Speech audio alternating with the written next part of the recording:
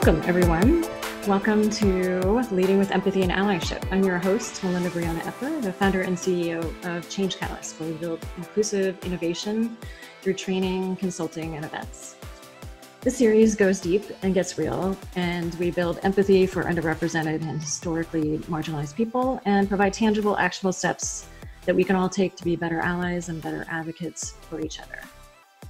On screen, we have Kalina, who is an ASL interpreter today. The ASL interpretation is sponsored by Interpreter Now, a deaf-owned company that we're proud to partner with. Today, we're discussing advancing racial equity in the workplace with Tonya Ladipo, founder of the Ladipo Group. Hi, Tonya. Welcome. Thank you, Melinda. Thank you for having me. Yeah. Let's start with, how are you? How am I? Ooh, that's a big question these days. I know. I am curious. I am very full. I am tired. I'm all of those things. Yeah. How are you? I'm exhausted and hopeful is kind of that balancing, I think, throughout the last few weeks, for sure. Yeah. Thanks for asking. Yeah. So could we start with you just telling us a little bit about your story, how you ended up here, doing what you're doing now? Sure. Definitely the path, not that I anticipated, but where I am, and very grateful that I'm on a different path than I anticipated. I actually, in undergrad, I was a psychology major, and I thought I was going to do research. And after I got my first job working in community mental health agencies, I realized, no, I like the interaction with people and counseling.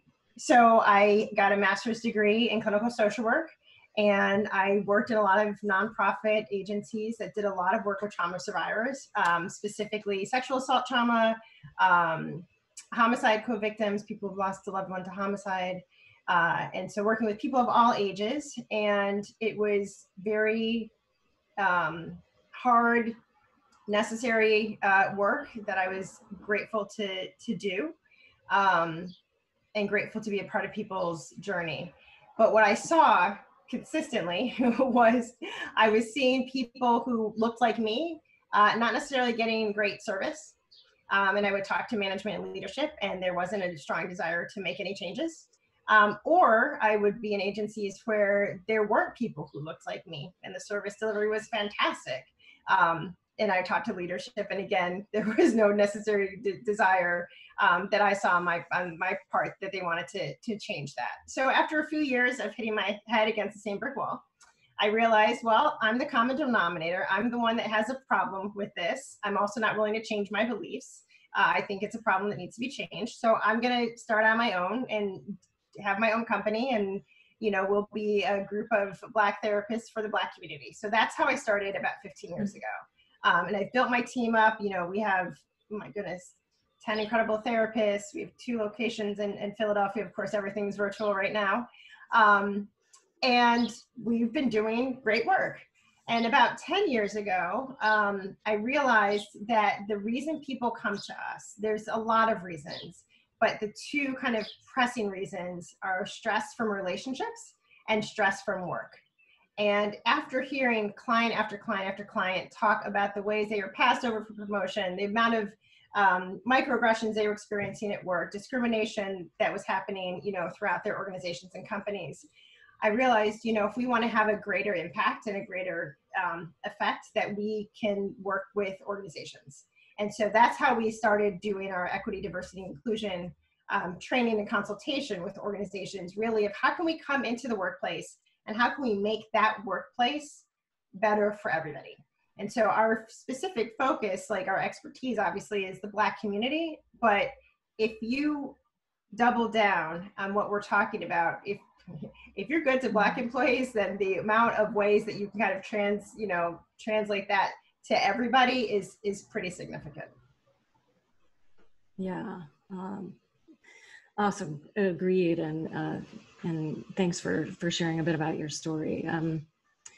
I think that's a really important piece a really important piece. And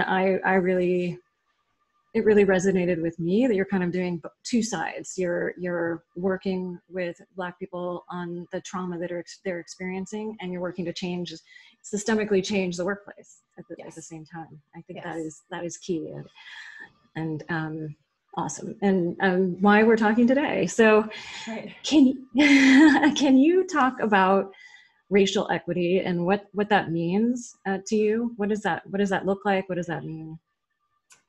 For me, racial equity is that we're not being discriminated against based on race, and beyond not being discriminated against, that we are reimagining and restructuring the systems that we have in place. So if we're going to focus on the workplace, that we redesign how we have kind of established companies and do it from a racial equity lens. So if you look at boards, if you look at leadership, and there's one dominant race, how is there equity, right? So we need to rethink, how was that board created? How did people ascend to these leadership roles? Was it purely on talent? I'm imagining that talent was a piece of it, but was it also on connections, on who you knew, who gave you opportunities? That people tend to give opportunities to people who they are comfortable with, which may be people who they know, which may leave out a lot of other people. And so rethinking, you can't just build a company and hire from within and maintain those biases. So part of racial equity really is recognizing that you have bias, because we're human, but then putting structures in place to minimize how humans act on that bias. Yeah. Can you talk a little bit about some of the, I think there's two things that we should talk about. One is the trauma that people experience in the workplace. Maybe let's start there, and then we can talk about the solutions and how to fix those structural inequities. Well, let me take it a step back, actually. So before we get to the trauma in the workplace, I think something, especially we're talking about allyship, that people may not be aware of, who don't personally experience it, are all the ways that racial trauma shows up in the world and in people's experiences before they walk through the doors of work. So Procter & Gamble did a great ad last year called The Look, and it really just it shows you a Black man's experience, and all the microaggressions that he experiences before he gets to the workplace.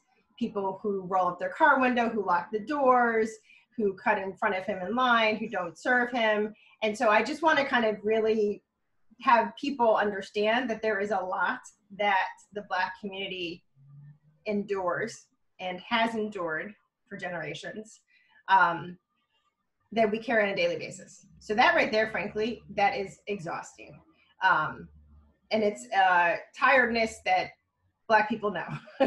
I think for some people who are not Black, that is a new experience or a new understanding for them.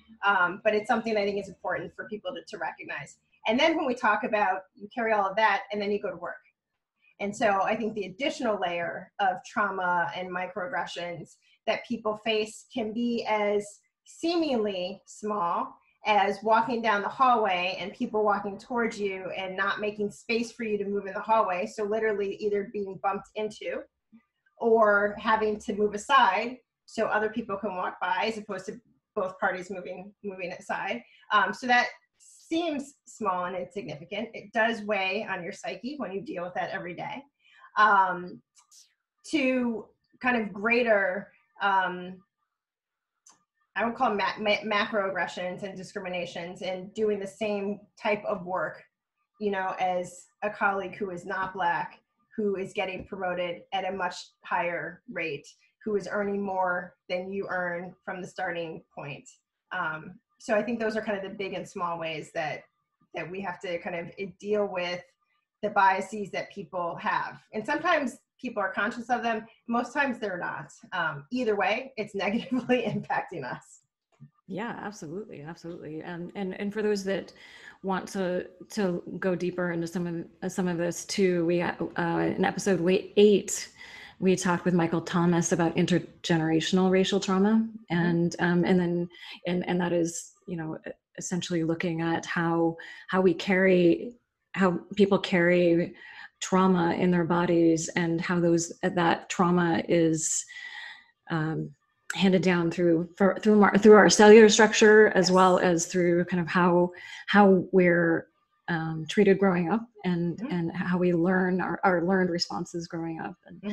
And then we also talked in episode 10 with Ritu Basin about, how this shows up in leadership, and how this shows up, and how we can kind of overcome that as we become leaders.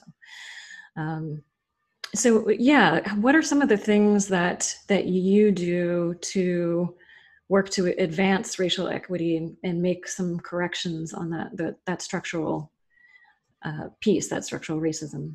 So really, it's being able to work with leaders and organizations on what changes can they put in place. So looking at their hiring and promotion processes, oftentimes it's left up to the manager, which I recognize the value in that.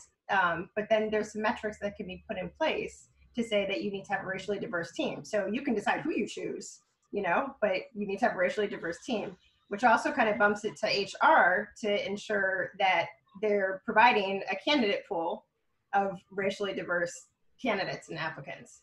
So that's one thing that we do. When we're talking to managers and leaders specifically, talking about how are they coaching all of their staff, and how are they giving stretch opportunities and opportunities to everybody, not just the ones that they're comfortable with or the ones that they might want to, have lunch with, but how do they make sure that they are doing it systematically with everybody on their team, again, to eliminate the natural bias that comes in.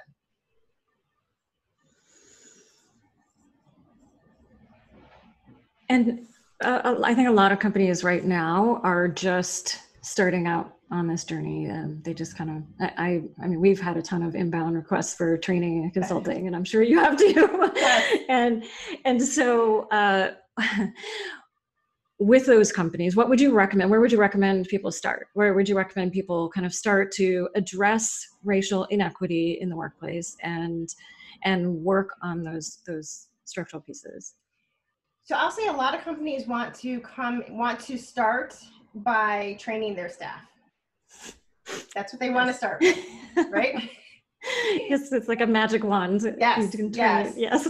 But then you train staff, and you have the same policies in place, and you have the same structure in place. So honestly, I think the most effective way to do it is to look at the structure you have in place, and to set real metrics on how you are going to make changes. So literally look at the board of directors. How much diversity is there? And think about what does your company do, and who does it serve? Does it look like the people you serve, especially for global companies, regional companies? And that's where you start. And then you go to the next layer of leadership. Let's look at your leadership and your executive team. Is there diversity there? And if the answer is no, so some people are going to get upset because they're going to think, well, I have to give up my job. Some people do. Let me be clear. Some people do need to leave their seat and open it up for somebody else. Not a popular opinion, but that is true allyship, is taking action. Does it mean you leave your seat tomorrow? No, but if you're a board member and your term is ending in 6 months or is ending in 12 months, you start today with developing a plan of who is going to replace you, and that person should be a racially diverse candidate if you have a non-racially diverse board. Mm-hmm. There's a good example of that happened recently with Alexis Ohanian, who was the co-founder of Reddit, and left his board seat, and left specifically so that they would hire a Black person to join the board. And when I saw that, that's wonderful. I think that is true action. That's fantastic. And I think to take it a step further would have been not to actually leave right away, but to declare that I'm going to leave on this date, and I'm going to help find my replacement, right? And so that's another piece that board members can do, leadership can do, managers can do, is how do you pull somebody into the role that you've had and give them everything they need to succeed? So it would be so much easier to come into an open position with first the blessing of the person who preceded you, but not just the blessing, all of that institutional knowledge that is unspoken that new hires don't get. But if it's somebody that you're working alongside with, it's somebody you're grooming to take over, you give them that institutional knowledge. And that is some ways that Black people, and also underrepresented groups, but especially Black people, that is some of the sponsorship and coaching and mentoring that we do not get. And so that would be a better way, honestly. Yeah, that's interesting. One of the things that we have talked about in the past and is really important to me, I've spent a lot of time really working with organizations to understand that a piece of this is behavior change, is really helping people along that path and the stages of behavior change, that it, people don't just change overnight. We have this awareness, but we still have to recognize that nobody goes from 0 to 100 overnight. And can you talk a little bit about behavior change and kind of how you think about it? Yeah, I mean, that's where we kind of blend our clinical piece with our consulting piece, and recognizing just what you said, that behavior that has especially been so deeply ingrained in us is really hard to change. And so that is where, honestly, that's where if you can make changes to the system and structure, it makes it easier. It gives incentives for people to change their behavior. So, especially when we're talking about the workplace, you can't tell somebody what to think, but at work, you can tell them how to act. You can mandate that this is how we treat people at this company. We do not use racial slurs. We do not allow for sexual harassment. And these are the consequences that happen if you do. We are revamping our organization to make sure that we are having a racially diverse leadership team, executive team, and board members. And so to do that, what we're asking is, and managers, we're asking that these are the metrics that people achieve, and that it's tied to performance. It's tied to bonuses. That quickly incentivizes people's behavior, as opposed to leaving it in the hands of individuals to choose to do the right thing. Because if you leave it to somebody's moral code or desire to do good, when things get really hard, we are human. We are not always going to do, we're not going to always do the right thing. Often we will do what is easy. But I think companies have a real opportunity to make the hard thing the right thing by how they put policies in place. Yeah, absolutely.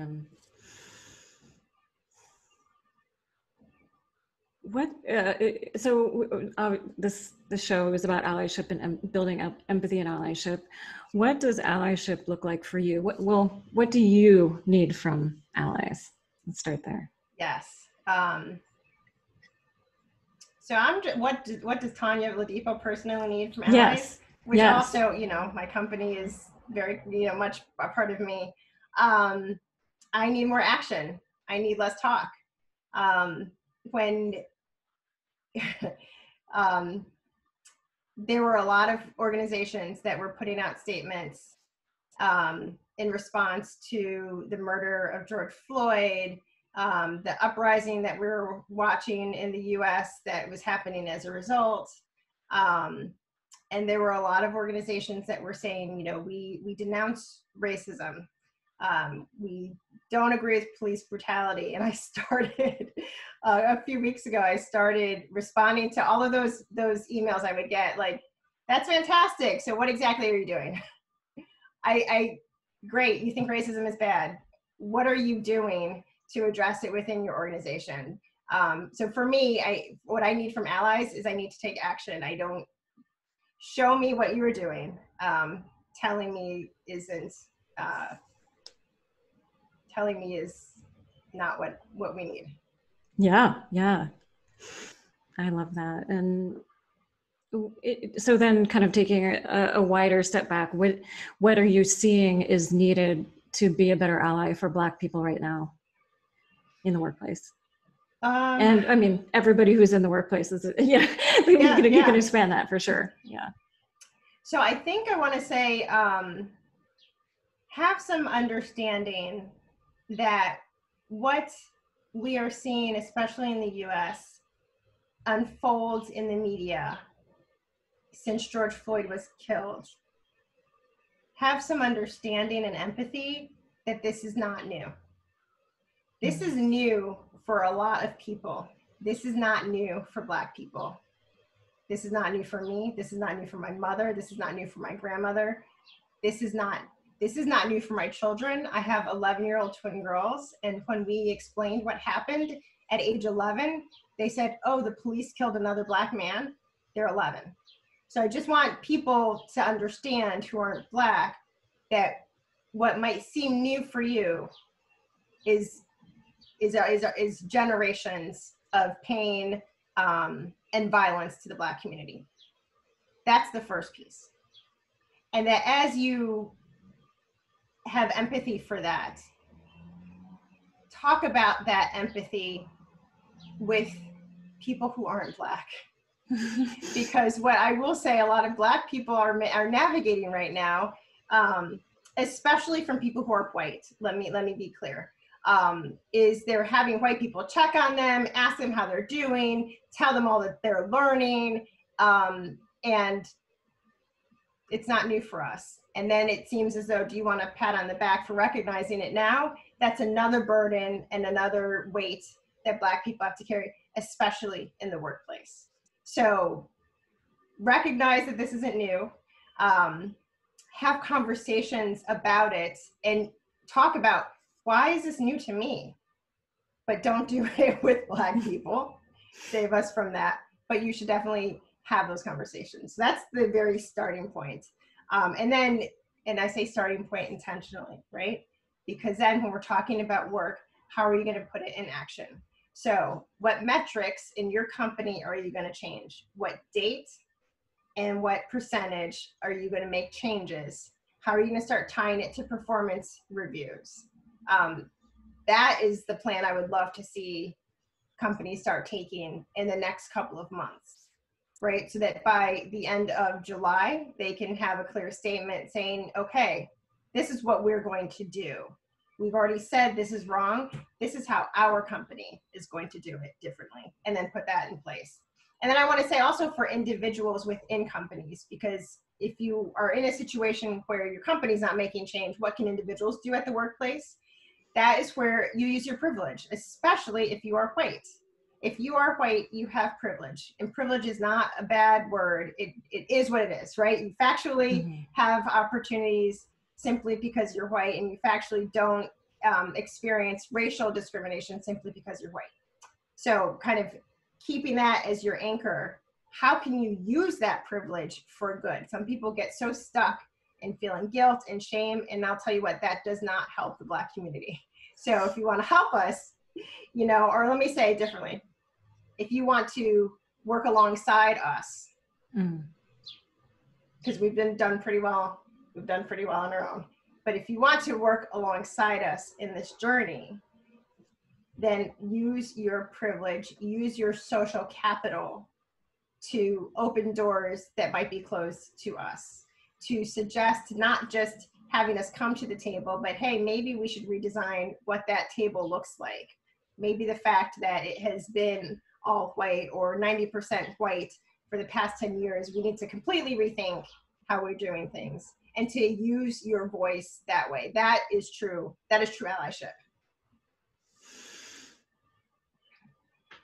I love the way you said that, and I think that more people need to hear that.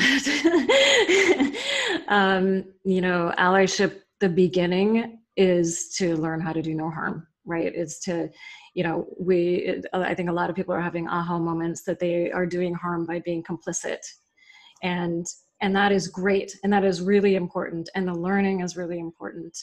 And then the next step is to really take a stand and step up and recreate those structures that are inherently racist. And there's a lot, I agree, yeah, there's a lot you can do internally in your company, even if the leadership is not fully on board. There's a lot still that you can do.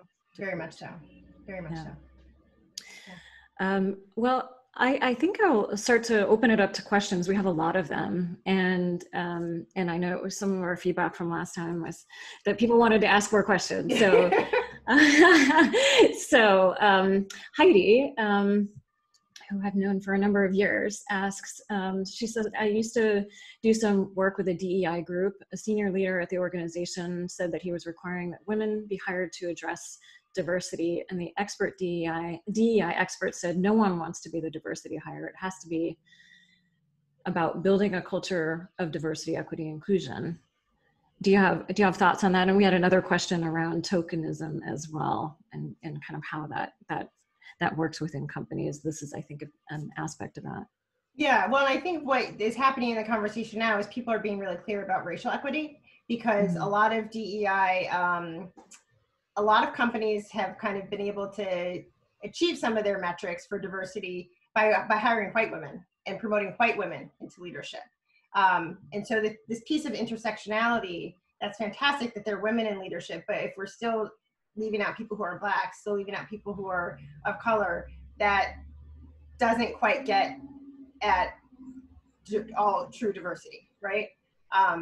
So that is kind of one statement I want to make. And no, nobody wants to be the diversity hire. I want to say something that I think a lot of people overlook. If you are the only person of you in that room, you are incredibly smart, you are incredibly skilled, and you are incredibly gifted. Because to get into a room where you are the only, there were a whole lot of doors that you had to break down that other people did not break down. So people may look at you as the token.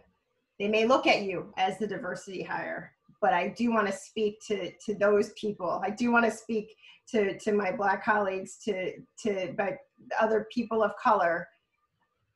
Don't take that on.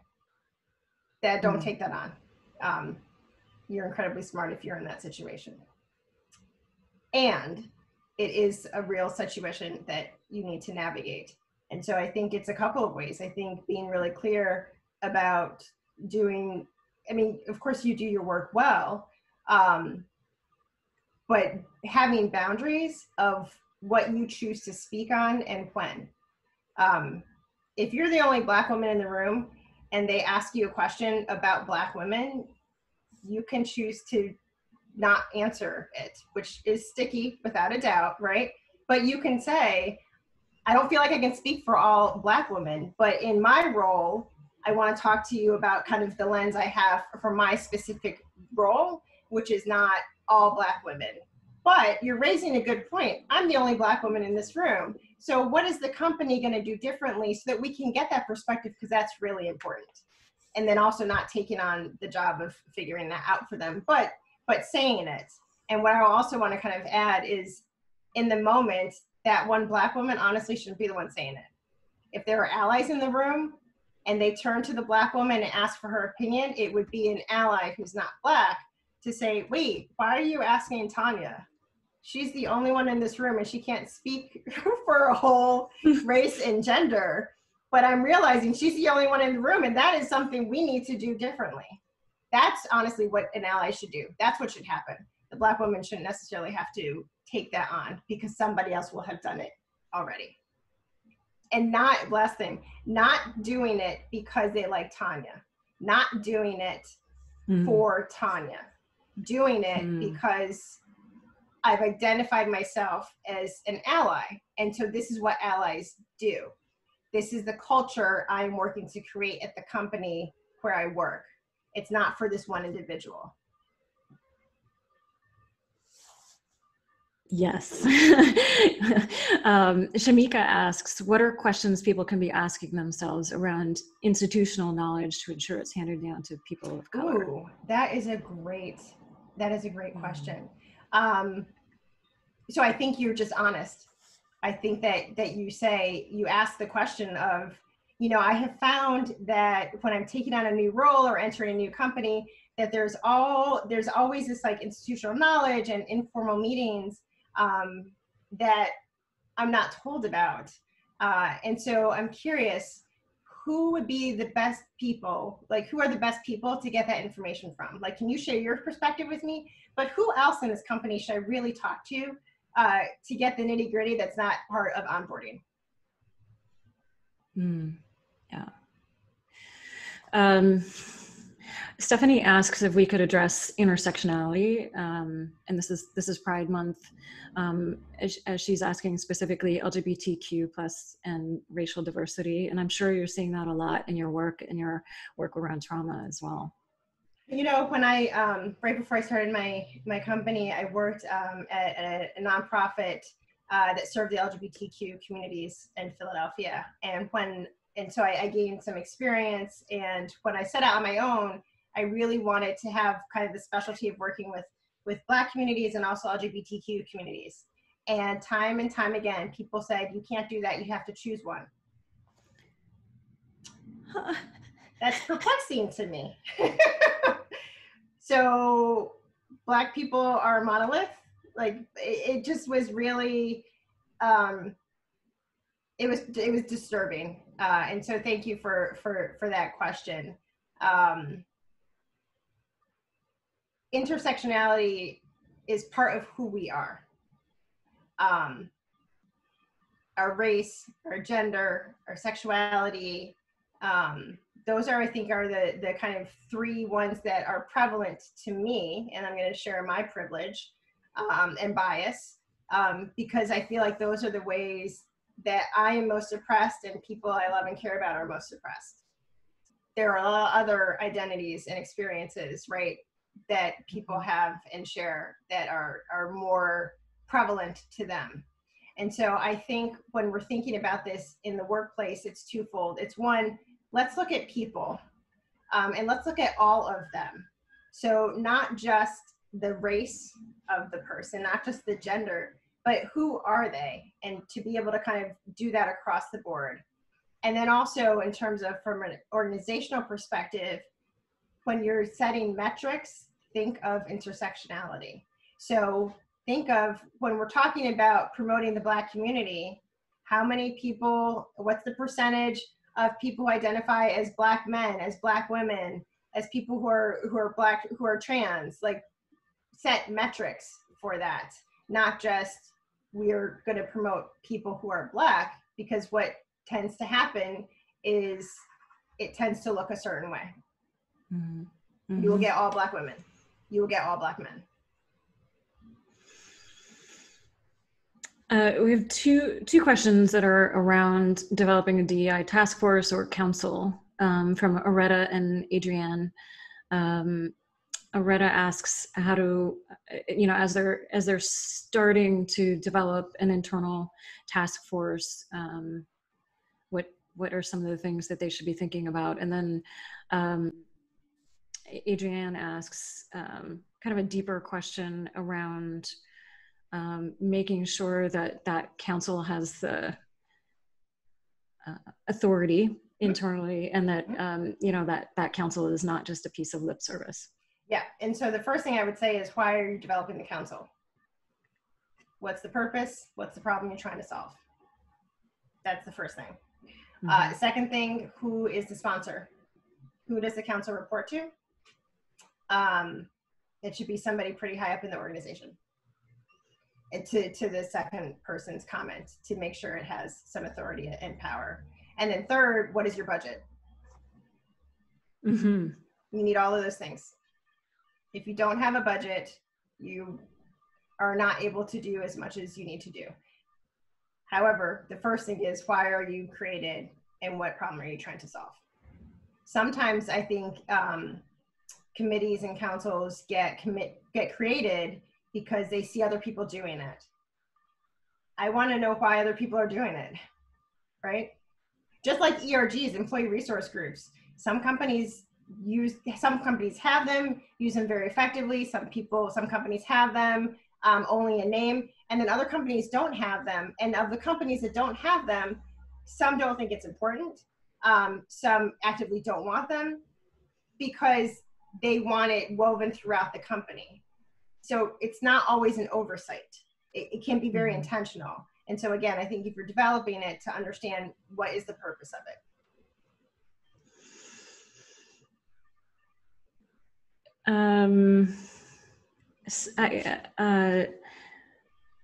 Sarahi, I think, I'm sorry if I'm mispronouncing your name, asks, what responses did you get to the question, when the questions you asked companies when they issued statements, did they actually respond about what they're actually doing? So I will tell you, I got one response, and they gave me a bulleted list of what they were doing. And she said, feel free to check in with us on our progress. And I wrote back, actually, as a paying customer of yours, I will look forward to getting the update from you on your progress. Because again, that's not my responsibility. So I did get one response. Nice. And Grace asks, do you have any suggestions for how a mid-level person of color can push for a more diverse board? Oh, yeah. That is a good question. So who are your allies? That's what I want to say. Who are your allies in leadership?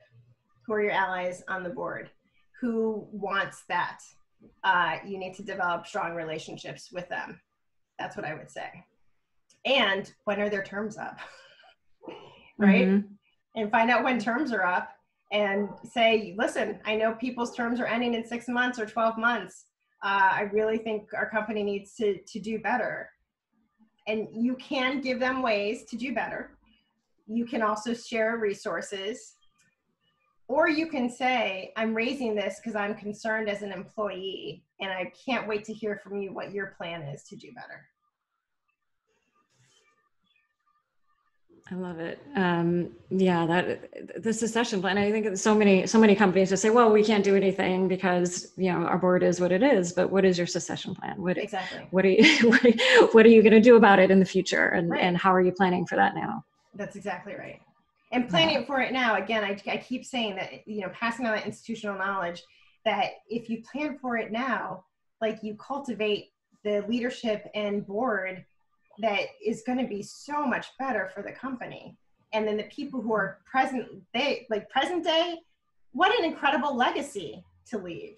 And that's part of how you can spin it too, is when your term is up, don't you want the company to go to the next level, and for you to have an active hand in bringing the right person in is a great legacy. Yeah. This is kind of an add-on to that question, which is, how do allies in general hold their organizations accountable? Any thoughts? This is from Heba. So allies, well, I think you could form a committee, and you could get your own sponsor, and talk about what is the point of having an ally committee or council, because we see that this is lacking in our company. We see that more needs to be done. And so we want to be the ones to do it, in consultation with the executive leadership team. Yeah, and I would just add also that let your company, let your managers, let your HR team, your people team know that this is important to you. They might not know. Right. And I can't tell you how many companies have reached out to us over the years for help because their staff said, we want change. And so that is just a key piece, is use your voice. Yes. And speak up frequently. Don't say one time and they didn't do it. So this is the hard work of being an ally, right? Just as like it's hard being somebody who's oppressed. And so being able to use your power and privilege to say, hey, I wanted to circle back on the suggestion I gave you last month. What are we doing about it? These are some ideas I had. Here are some resources. Here are some best practices. I spent a little time digging. I really think we can put this in place in the next few months. Can we get started? Yeah. Niku says that she's a non-Black person of color in her company, and has noticed that when she tries to have conversations around inclusion and diversity with members of senior leadership, they tend to get defensive and the conversation gets derailed. Do you have any recommendations for navigating this so she can have more productive conversations that lead to change? So first, I just want to say I'm sorry, Niku. I am sorry that it's another emotional layer and weight that you have to carry, that you should not have to carry. And so I'm going to give you two answers. One, who are your allies? Who are white? Who want this to be different in the company? I would actually go to them and then have them talk to leadership. That's what I would do. You could continue on your own. This is the second option. And you can give them resources. There's How to Be an Anti-Racist. There's White Fragility. If they get defensive, they might get defensive about that too. You could do it again. You could give them the business case for doing it in terms of how it's going to help the company or hurt the company by not doing anything right now. Or you can let them do the heavy lift. That's what, if you have that option, I would recommend that, especially now. People are tired, right? Mm-hmm. We've been dealing with this for a long time. So I would actually really call on your allies now if you can. Yeah, and I think the most senior level allies possible. Definitely. Yeah. And be transparent about why you're going to them. Mm-hmm. Be really clear. This is hard. I've tried before. People get defensive. It shuts the conversation down. I'm worried that our company will be hurt if we don't take care of this now. So I really am looking out for the best interest of the company, but I have not been they have not been listening to me. So I'm wondering if this is something that we can do together, or would you do on your own instead? Elise asks if you might expand on how to best incorporate inclusivity into performance reviews. How do you hold people accountable to that in their reviews? So first, just set metrics. So, what are the metrics you want for racial diversity on your team? So set those, and then promote and give raises based on that, right? And give a time frame. Is it going to be in a month? Nope. It might be a year. It might be 6 months, 9 months. That's fine. But once you set the metrics, and then you also bring in HR, say, listen, these are the metrics I'm setting for my team for next year. So I want to give you some lead time so that if you need to do things differently to recruit candidates, I want to let you know, because these are how my people are going to be measured. So that's what I would do. Definitely bring HR into this so that it doesn't just fall on the manager who's hiring. I think HR plays a pivotal role here that is often overlooked. So definitely bring HR into it. And then I would start having conversations with your managers saying these are the metrics. And you don't just have to say, go do it on your own. You could say, this is how we're talking to HR about it. But I want us to talk and think about, how have we historically hired people? How have we historically offered opportunities to people who are currently on the team? Who do we give stretch assignments to? And literally just look and see what you have done. And go back and decide, well, how did I decide that he would be the right one for it? Oh, you know what? It's because we chatted one day and realized we had a lot in common. And so we have lunch every Tuesday, and I really like him. Okay. So how are you going to put that in place for everybody else on the team? You can like him and you can chat and have lunch every Tuesday, but then how do you now learn about everybody on your team, what their interests are, so you can connect with all of them, find commonality, develop stronger relationships, so you can then give assignments to everybody based on their professional goals. I think we'll just address one more question here, and then I have a couple of more for you. Heidi asks what the role of employee resource groups are in this. I think what is their role and what are their limitations, maybe, is the two-sided question. So I'll say the way I've seen employee resource groups work really well is when they act as an advisor to the company.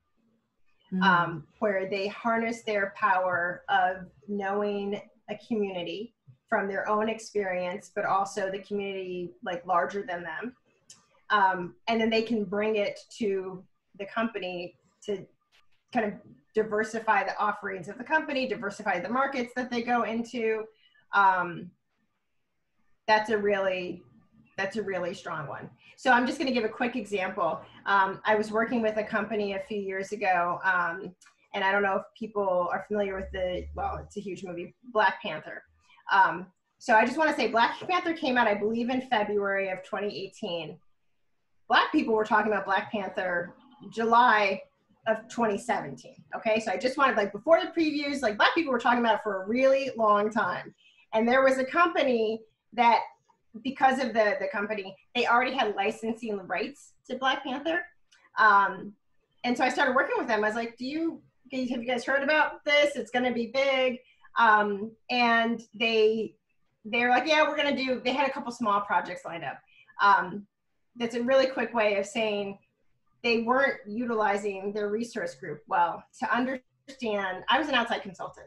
Had they spoken to their ERG and understood the significance of that movie to the Black community, and then prepared all of their products to have the Black Panther image on it, they would have made a ton of money. And I remember when the movie came out, something happened in that company that wasn't super favorable. So they were in the news for the wrong reason, because they weren't leveraging the power of the ERG well. And so I think that is just a quick example of, like, use ERGs to share knowledge that the larger company may not have, but is going to help the company's bottom line. I think that is a really great way to use ERGs.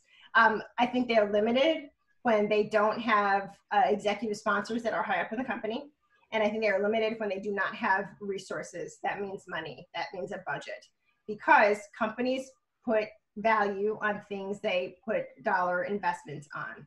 And so I think you will get greater investment, a greater output from ERGs when there's an executive sponsor, when there's a budget, and when they have a scope, right? When they are clear on what they are doing to support the company.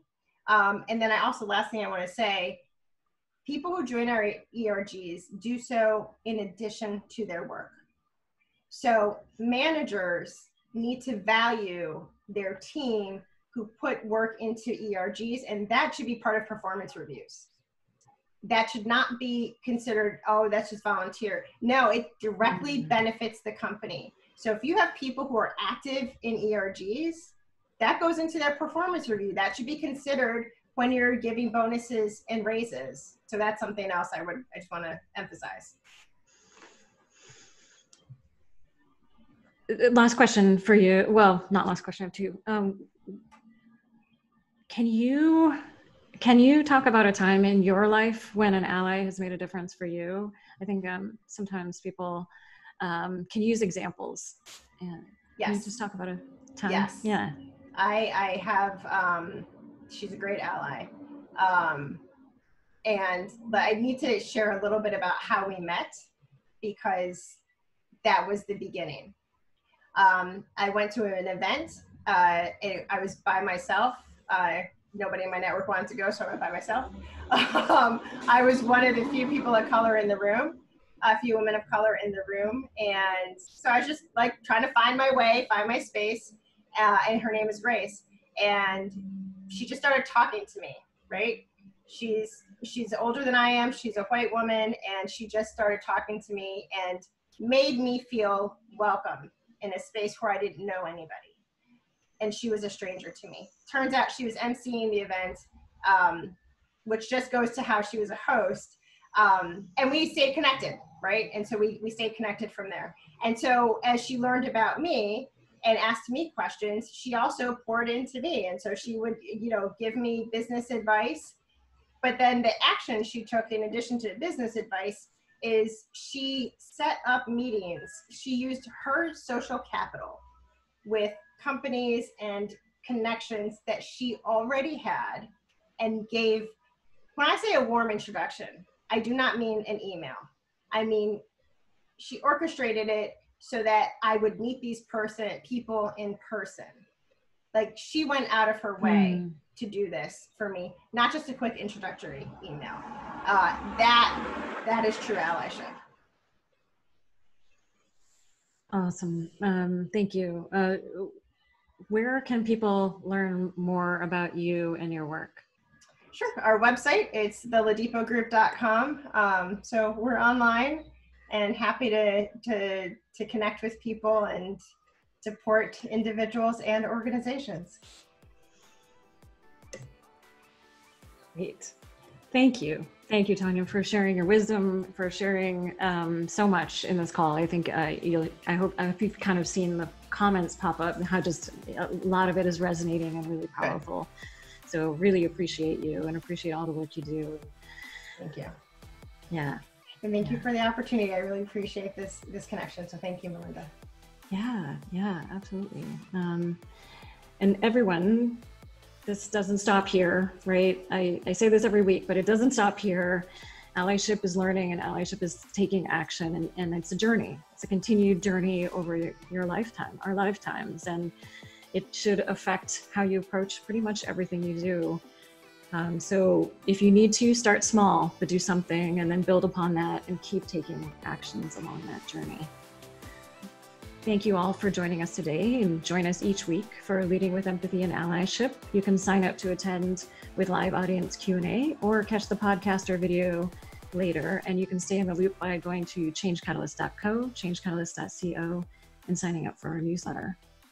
Don't forget to subscribe to our podcast and our YouTube channel, and we will see you next week. Thanks, Tonya. Thanks, everyone. Bye. Bye.